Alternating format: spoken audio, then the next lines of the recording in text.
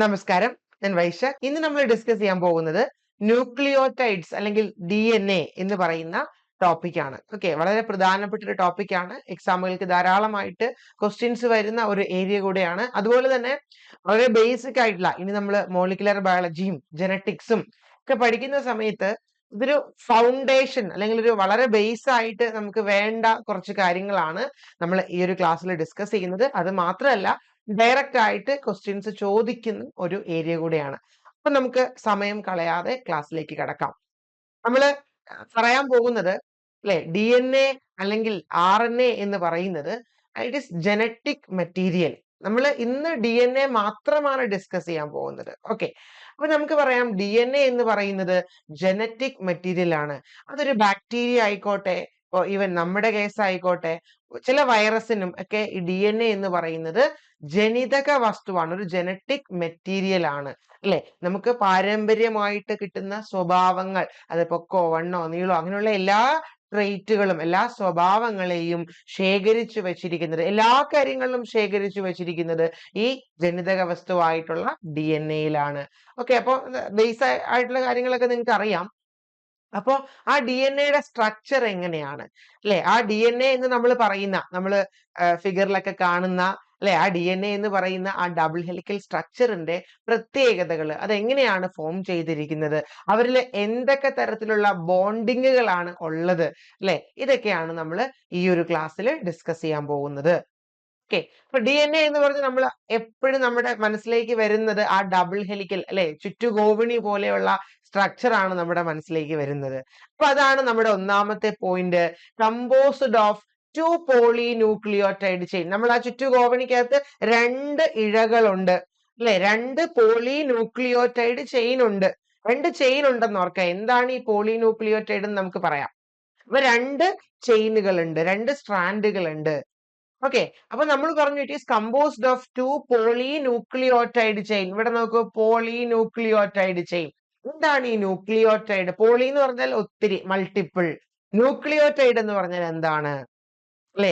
ഈ DNA നമുക്കൊരു മാലയായിട്ട് സങ്കല്പിച്ചാൽ അല്ലെ, എങ്ങനെയാ ഒരു മാല, ഒരു മുത്തുമാല അല്ലെ, ഇങ്ങനെ ഉണ്ടാവും. മുത്ത് നൂല് വെച്ച് കോർത്ത് വെച്ചിരിക്കുന്നു. ഈ മുത്തുകളാണ് ന്യൂക്ലിയോടൈഡുകൾ. മുത്ത് അല്ലെ, ഈ നൂലാണ് ഇവര് തമ്മിലുള്ള ബന്ധനം, ഫോസ്ഫോഡൈഎസ്റ്റർ ലിങ്കേജ്. മനസ്സിലായോ? നമുക്ക് DNA ഒരു മുത്തുമാലയോട് ഉപമിച്ചാൽ അല്ലെ, ഏകദേശം അതുപോലെയൊക്കെ തന്നെയാണ്. അവിടെ ആ മുത്ത്, ഓരോ മുത്തുമാണ് ന്യൂക്ലിയോടൈഡ്. അപ്പൊ ഒരു ന്യൂക്ലിയോടൈഡ് ആണോ? അല്ല, ഒന്നിലധികം ന്യൂക്ലിയോടൈഡ് ചേരുന്നു അല്ലെ. എങ്ങനെയാണ് ഇവർ തമ്മിലുള്ള കണക്ഷൻ? ഫോസ്ഫോഡൈഎസ്റ്റർ ലിങ്കേജ്. അപ്പൊ നമ്മള് പറഞ്ഞു DNA നമ്മൾ ചെറുതാക്കി 2 സ്ട്രാൻഡ് ഉണ്ടെന്ന് പറഞ്ഞു. അതിൽ ഒരു സ്ട്രാൻഡ് എന്ന് പറയുന്നത് ഒരു പോളിന്യൂക്ലിയോടൈഡ് ചെയിൻ ആണെന്ന് പറഞ്ഞു അല്ലെ. അതായത് അവരുടെ ഫണ്ടമെന്റൽ ബിൽഡിംഗ് ബ്ലോക്ക് ആണ് ഈ ന്യൂക്ലിയോടൈഡ് എന്ന് പറയുന്നത്. ഇനി ന്യൂക്ലിയോടൈഡ്, വീണ്ടും നമ്മൾ അകത്തേക്ക് പോവാണ്. എന്താണ് ന്യൂക്ലിയോടൈഡ്? ഇവിടെ നോക്കി, നമ്മൾ ഫസ്റ്റ് പറഞ്ഞ കേസ് സ്ട്രാൻഡ് 1, സ്ട്രാൻഡ് 2, 2 സ്ട്രാൻഡുകൾ ഉണ്ട്. ഇനി ഈ സ്ട്രാൻഡ് എടുത്ത് നോക്കിക്കഴിഞ്ഞാൽ it is made up of, മുത്തുമാല പോലെയാണെന്ന് ഞാൻ പറഞ്ഞു അല്ലെ. ഒരു സ്ട്രാൻഡ് നമ്മൾ വരയ്ക്കുവാണെങ്കിൽ ആ ഒരു സ്ട്രാൻഡില് മുത്തുണ്ട്. നമ്മുടെ ലാംഗ്വേജിൽ മുത്ത് ഈസ് ന്യൂക്ലിയോടൈഡ് അല്ലെ, ആൻഡ് ലിങ്കേജ് ഈസ് ഫോസ്ഫോഡൈഎസ്റ്റർ ലിങ്കേജ്. ഇത്രയും നമ്മൾ പറഞ്ഞു. ഇനി നമുക്ക് സൂം ചെയ്ത് പോകണം അല്ലെ, ഇനിയും സൂം ചെയ്ത് പോകണം. വാട്ട് ഈസ് ന്യൂക്ലിയോടൈഡ് എന്ന് നമുക്ക് നോക്കണം. ഇതാണ് ഒരു ന്യൂക്ലിയോടൈഡ്. ഓക്കെ, ന്യൂക്ലിയോടൈഡ് എന്ന് പറയുമ്പോൾ ഒരു ഷുഗറും, ഈ നടുക്ക് കാണുന്ന ഈ റിംഗ് സ്ട്രക്ചർ കണ്ടോ, ഇതാണ് ഷുഗർ. ഓരോന്നും ഞാൻ പറയാം. ഓക്കെ, കണ്ടോ, ഇതാണ് ഷുഗർ. ഈ കാണിച്ചിരിക്കുന്നതാണ് ഷുഗർ. ഈ ഷുഗറും ഈ കാണിച്ചിരിക്കുന്ന നൈട്രജൻ ബേസും, ഇതാണ് നൈട്രജൻ ബേസ്. നമ്മൾ പറയില്ലേ അഡിനിൻ, ഗ്വാനിൻ, തൈമിൻ, സൈറ്റോസിൻ. അപ്പൊ അത്തരത്തിലുള്ള ഒരു നൈട്രജൻ ബേസും ഫോസ്ഫേറ്റും. ആരൊക്കെയാണ് ന്യൂക്ലിയോടൈഡിൽ വരുന്നത്? Sugar, phosphate, nitrogen base. Okay, അപ്പൊ ഒന്നുകൂടെ ഞാൻ അത് ഡിസ്കസ് ചെയ്യാം. ഫസ്റ്റ് ആര് വരുന്നു? ഒരു ഓക്കെ, ഈ ഫിഗറിലേക്ക് നോക്കിക്കേ, നൈട്രോജീനസ് ബേസും ഷുഗറും കൂടെ ജോയിൻ ചെയ്യുന്നു. ഇതാണ് ന്യൂക്ലിയോസൈഡ്. ഫസ്റ്റ് ന്യൂക്ലിയോസൈഡ് ആയിട്ട് മാറും. ഇനി ഇതിലേക്ക് ആര് വരും? ഫോസ്ഫേറ്റും കൂടെ വരുമ്പോ അതിനെ നമ്മൾ എന്ത് വിളിക്കും? ന്യൂക്ലിയോ ന്യൂക്ലിയോടൈഡ് എന്ന് വിളിക്കും. കണ്ടോ? Pentose sugar, nitrogenous base. ഇവിടെ ഫോസ്ഫേറ്റ് ഇല്ല കേട്ടോ, ഇവിടെ ഫോസ്ഫേറ്റ് ഇല്ല. ഇവിടെ ഫോസ്ഫേറ്റും കൂടെ വരുമ്പോ അതിനെ നമ്മൾ വിളിക്കുന്ന പേരാണ് ന്യൂക്ലിയോടൈഡ്. ഇത് ഇമ്പോർട്ടന്റ് ആണ്, ഓർത്തു വെക്കണം. ന്യൂക്ലിയോസൈഡ് എന്ന് പറയുമ്പോൾ ഷുഗറും ബേസും കൂടെ വരും. ടൈഡ് എന്ന് പറയുമ്പോൾ അവിടെ ഷുഗറും ബേസും ഫോസ്ഫേറ്റും കൂടെ വരും. അപ്പൊ ഇങ്ങനെയുള്ള ഇത് N1 ആയിട്ട് എടുത്താൽ ന്യൂക്ലിയോടൈഡ് 1 നമ്മുടെ ഒന്നാമത്തെ മുത്ത്, രണ്ടാമത്തെ ന്യൂക്ലിയോടൈഡ് രണ്ടാമത്തെ മുത്ത്. ഇങ്ങനെ ഉള്ള ന്യൂക്ലിയോടൈഡുകളെ ഈ ഫിഗറിൽ നോക്കിയാൽ നിങ്ങൾക്ക് അത് മനസ്സിലാകും. കണ്ടോ? ഇത് ഒരു ന്യൂക്ലിയോടൈഡ് അല്ലേ? ഇത് രണ്ടാമത്തെ മുത്ത്, രണ്ടാമത്തെ ന്യൂക്ലിയോടൈഡ്. ഇത് മൂന്നാമത്തെ ന്യൂക്ലിയോടൈഡ്. ഇങ്ങനെ ആണ് ഒരു DNA ഒരു ചെയിൻ ഉണ്ടാക്കിയിരിക്കുന്നത്. സംഭവം മനസ്സിലായോ? ഇനി നമുക്ക് നോട്ടിലേക്ക് വരാം. കണ്ടോ? Polynucleotide chain. കണ്ടോ? പോളിന്യൂക്ലിയോടൈഡ് ചെയിൻ എന്താ സംഭവം? DNA ഒരു സ്ട്രാൻഡ് നിർമ്മിച്ചിരിക്കുന്നത് ന്യൂക്ലിയോടൈഡുകളെ ഫോസ്ഫോഡയസ്റ്റർ ബോണ്ടുകളുമായിട്ട് ലിങ്ക് ചെയ്തിട്ടാണ് എന്ന് നമ്മൾ പറഞ്ഞു. അപ്പൊ ന്യൂക്ലിയോടൈഡിൽ ആരൊക്കെയാ ഉള്ളത്? ഷുഗർ ഉണ്ട്, നൈട്രജൻ ബേസ് ഉണ്ട്, ഫോസ്ഫേറ്റ് ഉണ്ട്. ഇത്രയും കാര്യങ്ങൾ നമ്മൾ പറഞ്ഞിട്ടുണ്ട്. ഇനി നമുക്ക് ഓരോ ആൾക്കാരെയും പരിചയപ്പെടണം. ആരാണ് ഷുഗർ അല്ലെ? ആരാണ് ഷുഗർ എന്ന് പരിചയപ്പെടണം അല്ലെ? ആരാണ് നൈട്രജൻ ബേസ് എന്നൊക്കെ നമുക്ക് പരിചയപ്പെടണം. ഇത് നമ്മൾ പറയാൻ പോകുന്നത് ഷുഗറിനെ പറ്റിയിട്ടാണ്. ഓക്കെ, ഈ സ്ട്രക്ചർ നിങ്ങൾ കണ്ടു കാണുമല്ലോ. നമുക്ക് അതിലേക്ക് വീണ്ടും വരാം. ഇവിടെ ഷുഗർ എന്ന് പറയുന്നത് ഒരു പെൻഡോസ് ആണ്. എത്ര റിംഗ് ഉണ്ട്? ഇവിടെ നോക്കിക്കേ, 5 റിംഗ് ഉണ്ട് അല്ലെ? 1 2 3 4 5 അല്ലെ? 5 കാർബൺ ഉള്ള അല്ലെ? 5 കാർബൺ റിംഗ് ആണ്. 5 കാർബൺ റിംഗ് ആണ്. 5 റിംഗ്. ഈ ഓക്സിജൻ നിങ്ങൾ നോക്കണ്ട, അവിടെ CH2O ആണ്. അപ്പൊ അതുകൊണ്ട് അവിടെ ആ സിയില് അല്ലെ, അതാണ് 5th പൊസിഷൻ. അങ്ങനെ 5 കാർബൺ റിംഗ് ആണ് അല്ലെ? 5 കാർബൺ റിംഗ്. അപ്പൊ DNA-യിലുള്ള ഈ റിംഗിനെ വിളിക്കുന്ന പേരാണ് deoxy ribose. Deoxy ribose. Okay, അപ്പോ ഡിയോക്സി റൈബോസ് നമുക്ക് മനസ്സിലാകണമെങ്കിൽ നമുക്ക് ആരെ മനസ്സിലാവണം? റൈബോസിനെ മനസ്സിലാകണം. ഈ റൈബോസ് എന്ന് പറയുന്നത് RNA-യിലുള്ള ഷുഗർ ആണ് കേട്ടോ. റൈബോസ് എന്ന് പറയുന്നത് RNA-യിലുള്ള ഷുഗർ ആണ്. ഓക്കെ, ഞാൻ ലൊക്കേഷൻ എഴുതുവാണ്. 2 3 4 ആൻഡ് സോറി, ഇവിടെ നൈറ്റ് തിരിഞ്ഞു പോയി. ഓക്കെ, ഇവിടെ 1 2 3, ആ ഫിഗറിന്റെ ഡയറക്ഷൻ നേരെ തിരിച്ചാണ്, അതുകൊണ്ടാണ് 5. അപ്പൊ ഇവിടെ നോക്കിക്കേ, ഇവിടെ സെക്കൻഡ് കാർബൺ റൈബോസ് ആണ് ഞാൻ ആദ്യം വരയ്ക്കുന്നത്. നമുക്ക് ഡിയോക്സി റൈബോസിനെ പരിചയപ്പെടണമെങ്കിൽ റൈബോസിനെ ആദ്യം മനസ്സിലാക്കണം അല്ലെ? അപ്പൊ റൈബോസിന്റെ കേസിൽ രണ്ടാമത്തെ കാർബണില് OH ഉണ്ട്. കണ്ടോ? ഇതാണ് റൈബോസിന്റെ സ്ട്രക്ചർ. 3-ലും OH ഉണ്ട്. ഓക്കെ, ഇതാണ് റൈബോസിന്റെ സ്ട്രക്ചർ. ഇനി നമ്മൾ പറയുന്നത് ഡിയോക്സി റൈബോസ് ആണ്. ഡിയോക്സി എന്താണ്? ഡിയോക്സി റിമൂവ്ഡ് ഓക്സിജൻ അല്ലെ? ഡിയോക്സി, ഡി എന്ന് പറയുമ്പോൾ റിമൂവ്ഡ് ഓക്സിജൻ അവിടുന്ന് കളഞ്ഞു.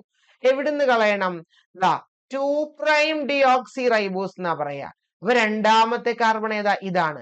ഇവിടുന്ന് ഈ ഓക്സിജനെ എടുത്ത് മാറ്റി കഴിഞ്ഞാൽ അവിടെ H മാത്രമേ ഉണ്ടാവുള്ളൂ. ഇതാണ് ഡിയോക്സി റൈബോസ്. അപ്പൊ DNA ഷുഗറിന്റെ പ്രത്യേകത എന്താണ്? വെരി ഇമ്പോർട്ടന്റ് പോയിന്റ്, എക്സാമിന് ചോദിക്കാറുണ്ട്. അതുകൊണ്ടാണ് ഇത് എടുത്തു പറയുന്നത്. എന്താണ് പ്രത്യേകത?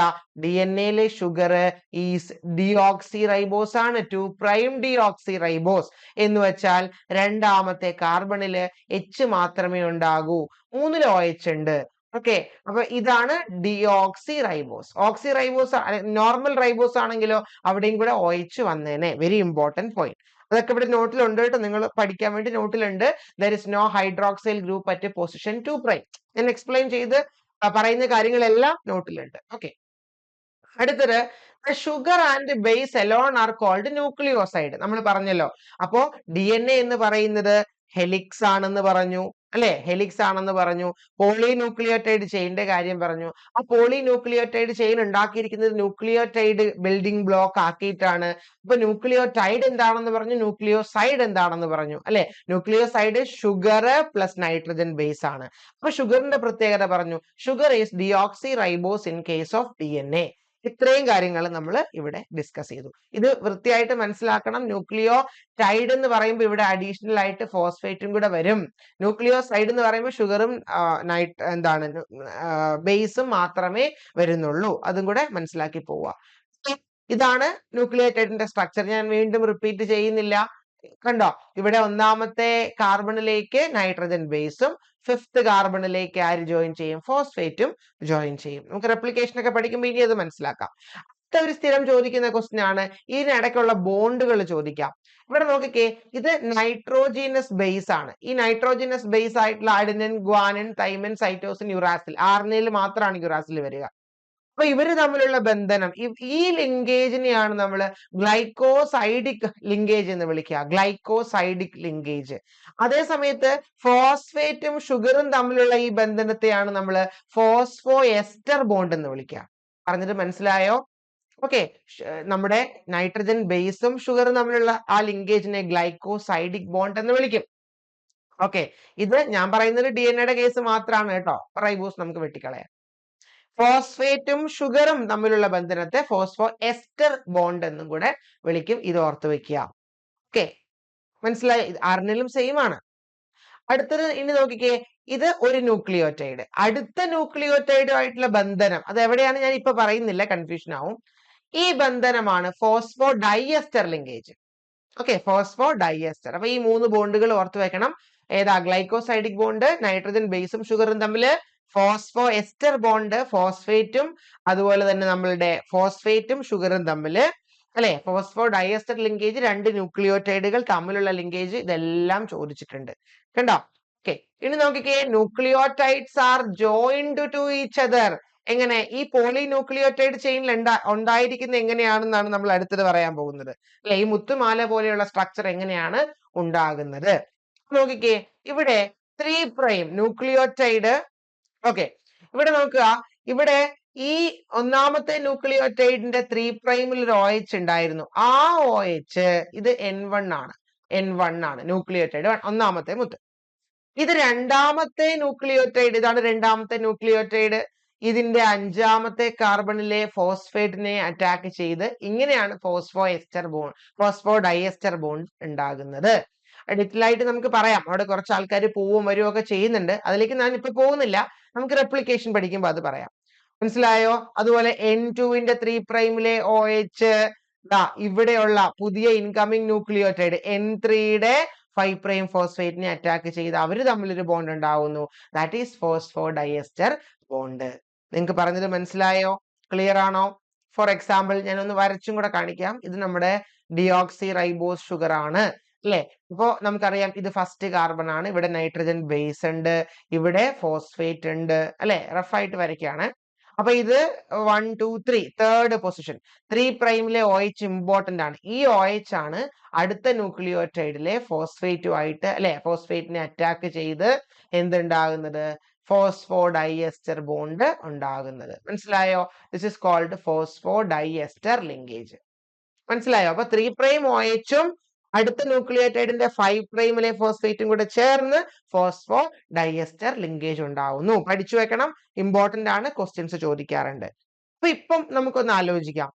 ന്യൂക്ലിയോസൈഡ് ഉണ്ടാവുന്നു. ആദ്യത്തെ സ്റ്റെപ്പ് എന്താണ്? DNA ഫോം ചെയ്യേണ്ടേ? ഒരു ന്യൂക്ലിയോസൈഡ് ഉണ്ടാവുന്നു, അല്ലെ? അതായത് ഒരു ഷുഗറും ഒരു നൈട്രജൻ ബേസും കൂടെ ചേർന്ന് ഒരു ന്യൂക്ലിയോസൈഡ് ഉണ്ടാവുന്നു. അതിലേക്ക് ഫോസ്ഫേറ്റും കൂടെ ചേരുന്നു. അപ്പൊ ന്യൂക്ലിയോടൈഡ് ആയിട്ട് മാറുന്നു, അല്ലെ? ഇനി ആ ന്യൂക്ലിയോടൈഡിനെ, അല്ലെ, ആ ന്യൂക്ലിയോടൈഡ് അടുത്ത ന്യൂക്ലിയോടൈഡുകളുമായി ചേർന്ന് ഒരു പോളി ന്യൂക്ലിയോടൈഡ് ചെയിൻ ഉണ്ടാകുന്നു. ഇപ്പൊ ഒരു സ്ട്രാൻഡായി, അല്ലെ? നമ്മൾ പറഞ്ഞു DNA structure is double helical structure. അടുത്ത സ്റ്റെപ്പിൽ നമുക്ക് എന്ത് ചെയ്യണം? ഈ 2 ചെയിനുകളെ, 2 മുത്തുമാലകളെ തമ്മിൽ കണക്ട് ചെയ്യണം. ഇതാണ് അടുത്ത സ്റ്റെപ്പിൽ നമ്മൾ ചെയ്യാൻ പോകുന്നത്. കണ്ടോ? ഈ കാണിച്ചിരിക്കുന്നത് ഇതാണ് ഫസ്റ്റ്, അല്ലെ, ഒരു ചെയിൻ. ഇവിടെ കണ്ടോ? ഇവിടെ ഇത് നൈട്രജൻ ബേസ്, ഒരു ഷുഗർ, ഇവിടെ ഫോസ്ഫേറ്റ്. ഇതാണ് ഒരു ചെയിൻ. ഇങ്ങനെ ഒരു ചെയിൻ ഫോം ചെയ്തു. അതുപോലെ വേറൊരു ചെയിൻ ഫോം ചെയ്തു. കണ്ടോ? വേറെ ഒരു ചെയിൻ. ഇപ്പൊ 2 ചെയിൻ ആയില്ലേ? 2 ചെയിൻ ആയി. ഇനി ഇതിലെ നൈട്രജൻ ബേസ് കണ്ടോ? ഈ നൈട്രജൻ ബേസുകൾ 4 പേരാവാം. Adenine, thymine, guanine, cytosine. അതിലേക്ക് നമുക്ക് വരാം. ഇവര് തമ്മിൽ അങ്ങോട്ട് ഹൈഡ്രജൻ ബോണ്ട് ഫോം ചെയ്യും. കണ്ടോ? ഇത് നോക്കിക്കേ, ഈ നൈട്രജൻ ബേസുകൾ തമ്മിൽ, ന്യൂക്ലിയോടൈഡിലെ നൈട്രജൻ ബേസുകൾ തമ്മിൽ ഹൈഡ്രജൻ ബോണ്ട് ഫോം ചെയ്ത്, അല്ലെ, അങ്ങനെ പോളി ന്യൂക്ലിയോടൈഡ് ചെയിനുകൾ തമ്മിൽ അറ്റാച്ച് ചെയ്യുന്നു. ക്ലിയർ ആണല്ലോ. അപ്പൊ ഇപ്പൊ ഡബിൾ സ്ട്രാൻഡുകൾ ആയി. നിങ്ങൾക്ക് ഇവിടെ കാണാം ഇത് ഒരു single stranded D N A ആണ്. Single stranded D N A ആണ്. ആ സിംഗിൾ സ്ട്രാൻഡഡ് ഡി എൻ എയിലേക്ക് ഒരു ന്യൂക്ലിയോടൈഡ് വരുന്നു. കണ്ടോ? ദാ ഒരു ഫോസ്ഫോഡൈഎസ്റ്റർ ബോണ്ട് ഫോം ചെയ്തു. ഓക്കെ, പോകുന്നത് ഇപ്പൊ തൽക്കാലം നോക്കണ്ട. ഒരു എന്താണ് PI പോകുന്നുണ്ട്, അല്ലെങ്കിൽ ഒരു പിരിഡോക്സിൽ ഫോസ്ഫേറ്റ് പോകുന്നുണ്ട്. ഇതിപ്പോ നമുക്ക് നോക്കണ്ട. ജസ്റ്റ് ഫോസ്ഫോഡൈഎസ്റ്റർ ലിങ്കേജ് ഫോം ചെയ്യുന്നു. 5' കാർബണിലേക്ക് 3' അറ്റാച്ച് ചെയ്ത് ഫോസ്ഫോഡൈഎസ്റ്റർ ബോണ്ട് ഫോം ചെയ്യുന്നു. ആ വരുന്ന അല്ലെ ആ ന്യൂക്ലിയോടൈഡിലെ നൈട്രജൻ ബേസും ഈ ഉള്ള ന്യൂക്ലിയോടൈഡിലെ നൈട്രജൻ ബേസും തമ്മിൽ എന്ത് ഫോം ചെയ്യുന്നു? ഹൈഡ്രജൻ ബോണ്ട് ഫോം ചെയ്യുന്നു. ഹൈഡ്രജൻ ബോണ്ട് ഫോം ചെയ്യുന്നു. ഇപ്പൊ എന്തായി? ഇപ്പൊ ഇത് ഡബിൾ സ്ട്രാൻഡഡ് ആയിട്ടുള്ള DNA ആയിട്ട് മാറി. ഇനി അപ്പൊ നമ്മള് ഷുഗറിനെ പഠിച്ചു. ചോദിക്കുന്ന അത് മാത്രം പഠിച്ചാൽ മതി. 5 കാർബണുള്ള ഷുഗർ ആണ് അല്ലെ, DNA ഷുഗർ ഡിയോക്സി റൈബോസ് ആണ്. ഇത്രയും കാര്യങ്ങൾ നമ്മൾ അതിനെ പറ്റി ഓർത്തു വെക്കുക. പിന്നെ അതിന്റെ 2' OH അല്ലെ, അവിടെ 2' OH ഇല്ല. ഡിയോക്സി റൈബോസിൽ 2' H മാത്രമേ ഉള്ളൂ എന്നുള്ള പോയിന്റ് ഓർത്ത് വെക്കണം. 3' OH ആണ് ഇൻകമിംഗ് ന്യൂക്ലിയോടൈഡിനെ അറ്റാക്ക് ചെയ്യുന്നത് എന്നും ഓർത്തു വെക്കണം. ഇത്രയും ഷുഗറിനെ പറ്റി നമ്മൾ പഠിച്ചു. ഫോസ്ഫേറ്റിനെ പറ്റി നമുക്കൊന്നും അറിയാനില്ല. അടുത്ത നമുക്ക് പറയേണ്ടത് നൈട്രജൻ ബേസിനെ പറ്റിയിട്ടാണ്. Very important. നൈട്രജൻ ബേസ് എന്ന് പറയുന്നത് 2 തരമാണ്, പ്യൂരിനും പിരമിഡിനും. പ്യൂരിനും പിരമിഡിനും 2 ടൈപ്പ് നൈട്രജൻ ബേസുകൾ ഉണ്ട്, പ്യൂരിനും പിരമിഡിനും. അപ്പൊ പ്യൂരിൻസ് ആരൊക്കെയാണ്? പ്യൂരിന്റെ പ്രത്യേകത നോക്കിക്കേ. 2 റിംഗ് ഉണ്ട്. ഒരു 6 മെമ്പേർഡ് റിംഗും ഒരു 5 മെമ്പേർഡ് റിംഗും ഉണ്ട്. കണ്ടോ? ഓക്കെ, അപ്പം നമ്മൾ അതിലേക്കൊന്നും പോകണ്ട. 2 റിംഗ് ഉണ്ടെന്ന് ഓർത്ത് വെക്കുക. ഇനി ഇതിന്റെ code which of the following is purine എന്നൊക്കെ പറഞ്ഞ് ചോദിക്കാം. അപ്പൊ അതുകൊണ്ടൊന്ന് ഓർത്ത് വെച്ചേക്കുക. പുക. Purines are guanine and adenine. എല്ലാവർക്കും മാറിപ്പോകുന്ന ഒരു സാധനമാണ്. ആരാണ് പ്യൂരിൻ, ആരാണ് പിരമിഡിൻ?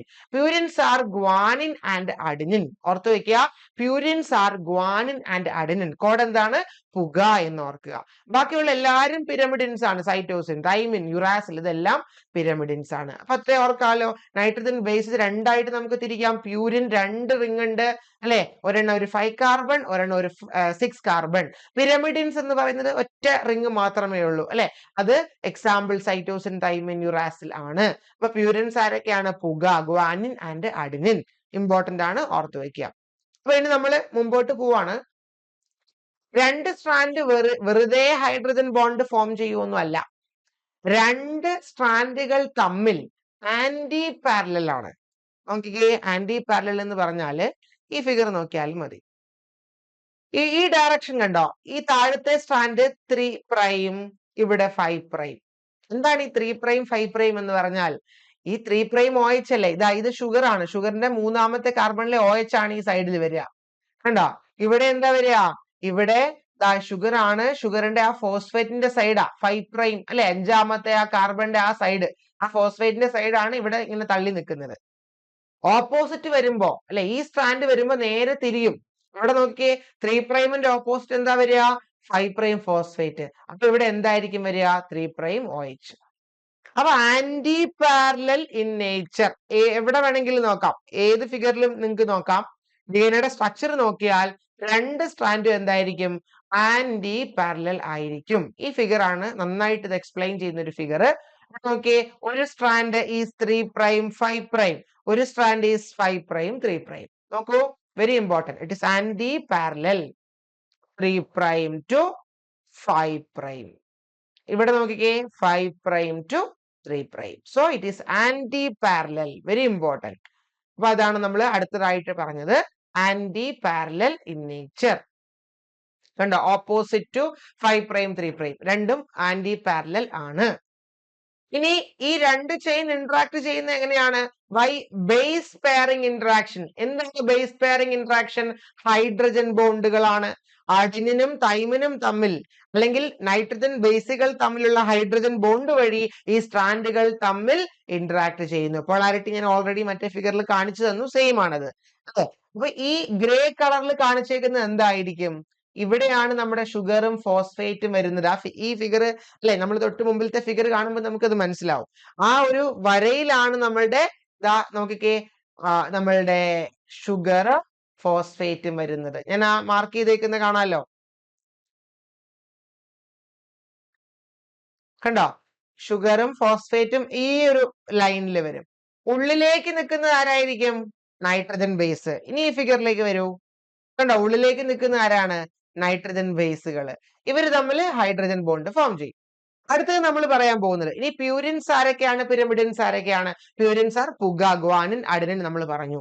ഇനി ബേസ് പെയറിംഗ് പറയുമ്പോ always this adenine will base pair with thymine.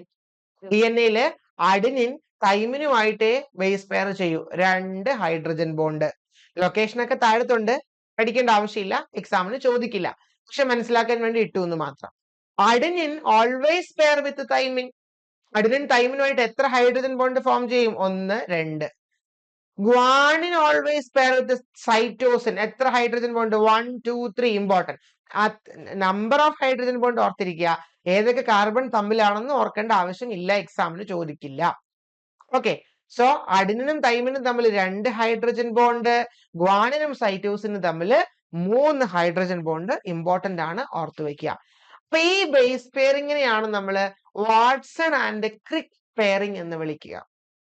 അഡിനിനും തൈമിനും ഗ്വാനിനും സൈറ്റോസിനും തമ്മിലുള്ള ഈ പെയറിങ്ങിനെയാണ് നമ്മൾ എന്ത് വിളിക്കുക?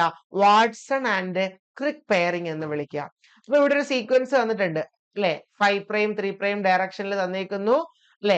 താഴത്തെ സീക്വൻസ് പൂരിപ്പിക്കണം. അപ്പൊ ആന്റി പാരലൽ ആക്കി നമ്മൾ ഫസ്റ്റ്, എന്നിട്ട് എഴുതുക. എ എന്തായിരിക്കും? തൈമിൻ വരും. ടി എന്തായിരിക്കും? അഡിനിൻ വരും. ജി എന്തായിരിക്കും? സൈറ്റോസിൻ വരും അല്ലെ. ടി എന്തായിരിക്കും? അഡിനിൻ വരും. സി എന്തായിരിക്കും? ജി വരും. അപ്പൊ അങ്ങനെയൊക്കെ ചിലപ്പോ ചില എക്സാമുകൾക്ക് അങ്ങനെ ചോദിക്കാറുണ്ട്. നമ്മുടെ കേസിൽ അങ്ങനെ ചോദിക്കാനുള്ള സാധ്യത കുറവാണ്, പക്ഷെ വളരെ ബേസ് ആണ്, ഇത് അറിഞ്ഞു വെച്ചിരിക്കണം. അപ്പൊ ഈ ഒരു പെയറിങ്ങിനെയാണ് നമ്മൾ വാട്സൺ ക്രിക്ക് പെയറിംഗ് എന്ന് പറയുക, മനസ്സിലാക്കി വെക്കുക. ഇനി വേറൊരു ടൈപ്പ് ഓഫ് പെയറിംഗ് ഉണ്ട്, wobble base pairing.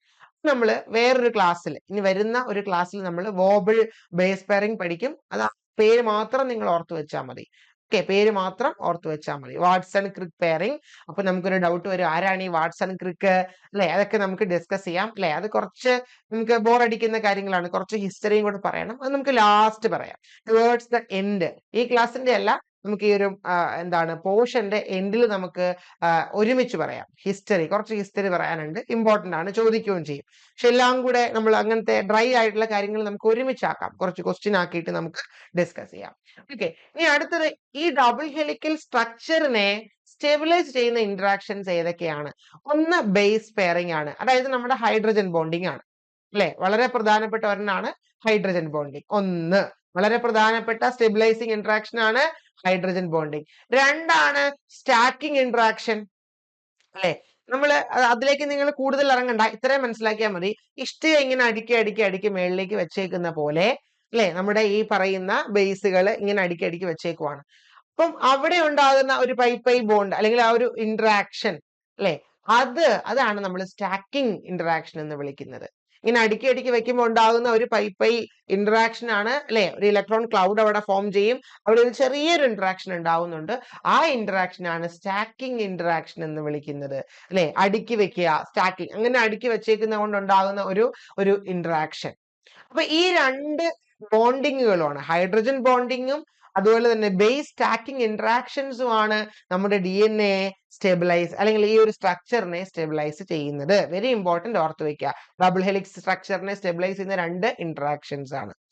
Hydrogen bonding important ആണോ? യെസ്, ഹൈഡ്രജൻ ബോണ്ടിങ് അഥവാ ബേസ് പെയറിംഗ് വളരെ ഇമ്പോർട്ടന്റ് ആണ് അല്ലെ. അഡിനിനും തൈമിനും തമ്മിൽ മാത്രമാണ് അവിടെ ഹൈഡ്രജൻ ബോണ്ട് ഫോം ചെയ്യുക അല്ലെ. അവിടെ അഡിനും സൈറ്റോസിനും വരുന്ന സമയത്ത് ഇവർക്ക് എന്ത് ചെയ്യാൻ പറ്റില്ല?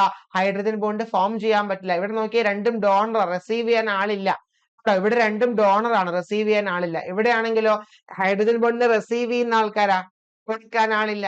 അപ്പൊ അതുകൊണ്ട് തന്നെ ഇങ്ങനെയുള്ള സമയത്ത് അവർക്ക് ഹൈഡ്രജൻ ബോണ്ട് ഫോം ചെയ്യാൻ പറ്റുന്നില്ല. ഞാൻ ജസ്റ്റ് ഒന്ന് ഓടിച്ചു പറയുകയാണ്, അത് എക്സാമിന്റെ ഒരു പോയിന്റ് ഓഫ് വ്യൂ, ആ പറഞ്ഞ പോയിന്റ് ഒന്നും അത്ര ഇമ്പോർട്ടന്റ് അല്ല, മനസ്സിലാക്കി വെച്ചാൽ മതി. ഇനി നമുക്ക് DNA ഒരു പ്രശ്നം വന്നു കഴിഞ്ഞാല്, ഇപ്പൊ DNA-ക്കകത്ത് ഒരു ഡാമേജ് വന്നു കഴിഞ്ഞാല് ആ ബേസ് എന്ത് ചെയ്യുന്നറിയോ? ആ ബേസ് അവിടുന്ന് വിട്ട് പുറത്തേക്ക് ഫ്ലിപ്പ് ചെയ്ത് നിൽക്കും. പെട്ടെന്ന് തന്നെ റിപ്പയർ ചെയ്യുന്ന എൻസൈമുകൾക്ക് ഒരിക്കലും DNA ഡാമേജ് വരാൻ പാടില്ല. വരാറുണ്ട്, പക്ഷെ അങ്ങനെ വന്നു കഴിഞ്ഞാൽ നമുക്ക് ക്യാൻസർ പോലെയുള്ള അസുഖങ്ങളിലേക്ക് മാറാം. അപ്പൊ നമ്മുടെ തന്നെ ബോഡിയിൽ ഇതിനെ കറക്റ്റ് ചെയ്യാനുള്ള എൻസൈമുകൾ ഉണ്ട്. അപ്പൊ ആ എൻസൈമുകൾ വന്ന് അല്ലെ, അവർക്ക് പെട്ടെന്ന് മനസ്സിലാക്കാൻ വേണ്ടിയിട്ട് ബേസ് എന്ത് ചെയ്യും? ഫ്ലിപ്പ് ചെയ്ത് പുറത്തേക്ക് നിൽക്കും. അതൊക്കെ ഇട്ടേക്കുന്നത് ചിലപ്പോൾ സ്റ്റേറ്റ്മെന്റ് ആയിട്ട് ഇതൊക്കെ തന്നെ ചോദിക്കാം അല്ലെ. അപ്പൊ ഫ്ലിപ്പ് ചെയ്യുന്ന കഥ നമ്മൾ കേട്ടിട്ടില്ല എന്ന് നമ്മൾ വിചാരിക്കും, തെറ്റായിരിക്കും എന്നൊക്കെ വിചാരിക്കേണ്ട. കുറച്ച് വിയേർഡ് ആയിട്ടുള്ള കാര്യങ്ങൾ ഉൾപ്പെടുത്താനുള്ള കാര്യം ഇതെല്ലാം തന്നെ സ്റ്റേറ്റ്മെന്റ് ആയിട്ട് ചോദിക്കാനുള്ള സാധ്യതയുണ്ട്. ഇത് കണ്ടോ, ഫ്ലിപ്പ് ഔട്ട് ചെയ്ത് നിൽക്കുന്ന ആ ഒരു സ്ട്രക്ചർ ആണ് ഈ കാണിച്ചിരിക്കുന്നത്. ആ ഒരു ബേസ് എന്താണ്, തെറ്റായിട്ടുള്ള ഒരു ബേസ്, ഡാമേജ്ഡ് ബേസ് പുറത്തേക്ക് ഫ്ലിപ്പ് ഔട്ട് ചെയ്ത് നിൽക്കുന്നു. അപ്പൊ എന്താ, പെട്ടെന്നൊരു റിപ്പയർ ആൻഡ് സേവിന് വന്നതിനെ മനസ്സിലാക്കി മുറിച്ചു കൊണ്ടുപോയി റീപ്ലേസ് ചെയ്യാനായിട്ട് സാധിക്കും. ഒക്കെയാണല്ലോ. ഇത്രയും കാര്യങ്ങളൊക്കെ മനസ്സിലായോ? ഒന്നും നമ്മൾ പറഞ്ഞിട്ടില്ല. DNA ഡബിൾ ഹെലിക്സ് ആന്ന് പറഞ്ഞു അല്ലെ. പിന്നെ നമ്മൾ പറഞ്ഞു ന്യൂക്ലിയോടൈഡ് കൊണ്ടാണ് ഉണ്ടാക്കിയിരിക്കുന്നത്. ന്യൂക്ലിയോടൈഡ് എന്ന് പറയുന്നത് ഷുഗറും നൈട്രജൻ ബേസും ഫോസ്ഫേറ്റും കൂടെ ചേർന്നാണ്. ഇവർ തമ്മിൽ ഫോസ്ഫോ ഡയസ്റ്റർ ലിങ്കേജ് വെച്ച് ബോണ്ട് ചെയ്യപ്പെട്ടിരിക്കുന്നു.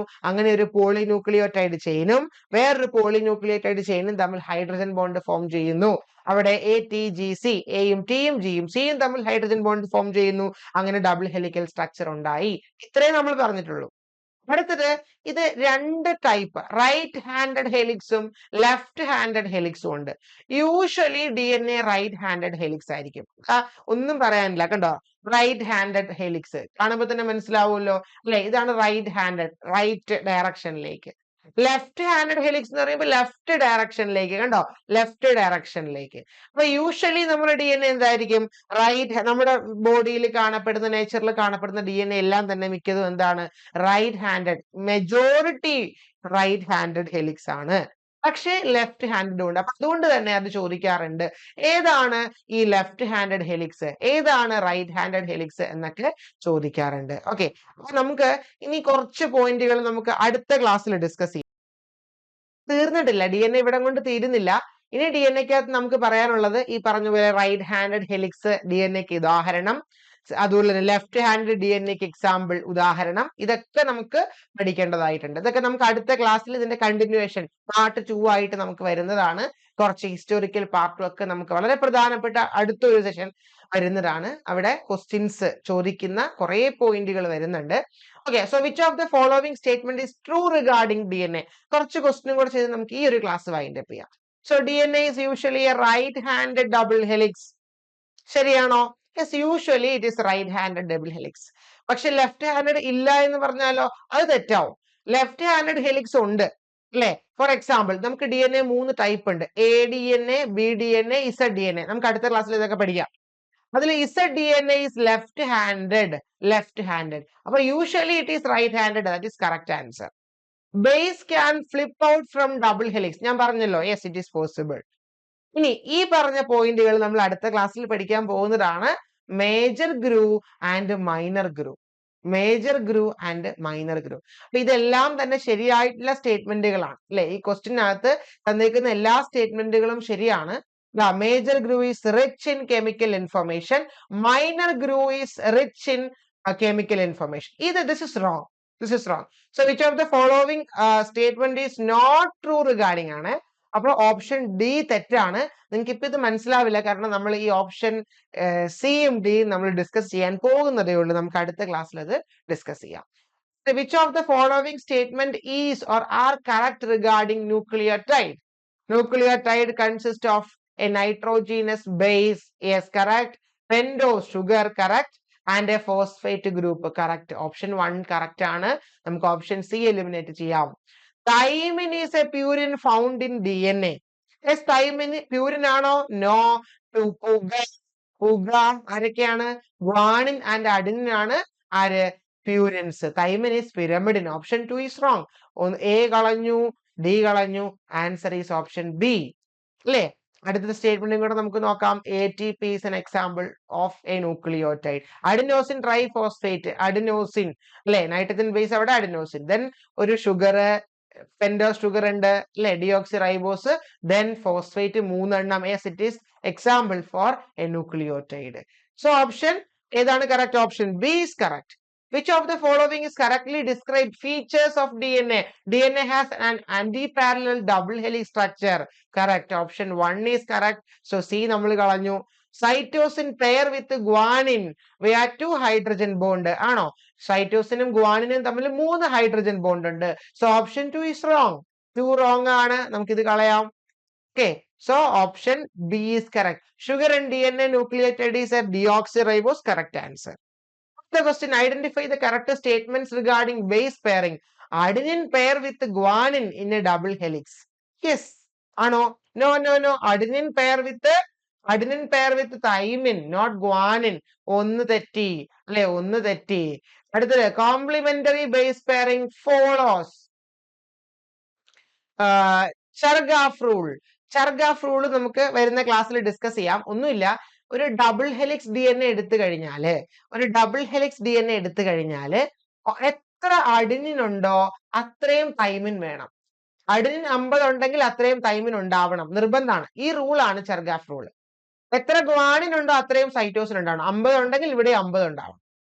ഒരു ഡബിൾ ഹെലിക്സിൽ എത്ര നൈട്രജൻ ബേസ്, ഇപ്പൊ അഡിനിൻ എത്രയുണ്ടോ അത്ര തന്നെ ഓപ്പോസിറ്റും ഉണ്ടാകണം എന്ന റൂളാണ് ചെർഗാഫ് റൂൾ.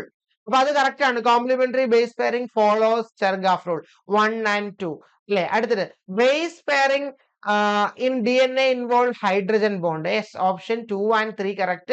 നമുക്ക് already answer കിട്ടി.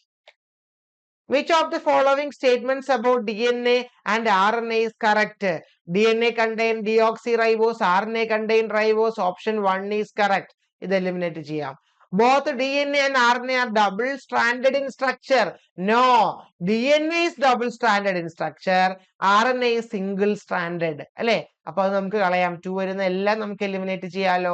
ആൻസറിലേക്ക് എത്തി. അപ്പൊ ഇങ്ങനെ എലിമിനേറ്റ് ചെയ്ത് ആൻസർ ചെയ്താൽ നമുക്ക് കുറച്ചുകൂടി എളുപ്പത്തിൽ ആൻസറിലേക്ക് എത്താം, സമയവും പോകത്തില്ല കേട്ടോ.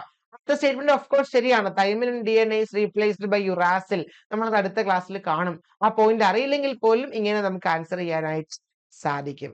ഓക്കെ, അപ്പോ നമുക്ക് അടുത്ത ക്ലാസ്സിൽ നെക്സ്റ്റ് അല്ലെ കുറച്ചുകൂടെ വളരെ ഇമ്പോർട്ടന്റ് ആയിട്ടുള്ള കാര്യങ്ങൾ ഇനി വരുന്നുണ്ട്. ഒരു ടേബിൾ ഉണ്ട്, നമ്മളിപ്പോ അത് എടുത്താൽ ഒത്തിരി സമയം അതുമായിട്ട് നമുക്ക് വെക്കേണ്ടി വരും. ഒത്തിരി കാര്യങ്ങൾ നമുക്ക് ഇനി ഡിസ്കസ് ചെയ്യാനുണ്ട്.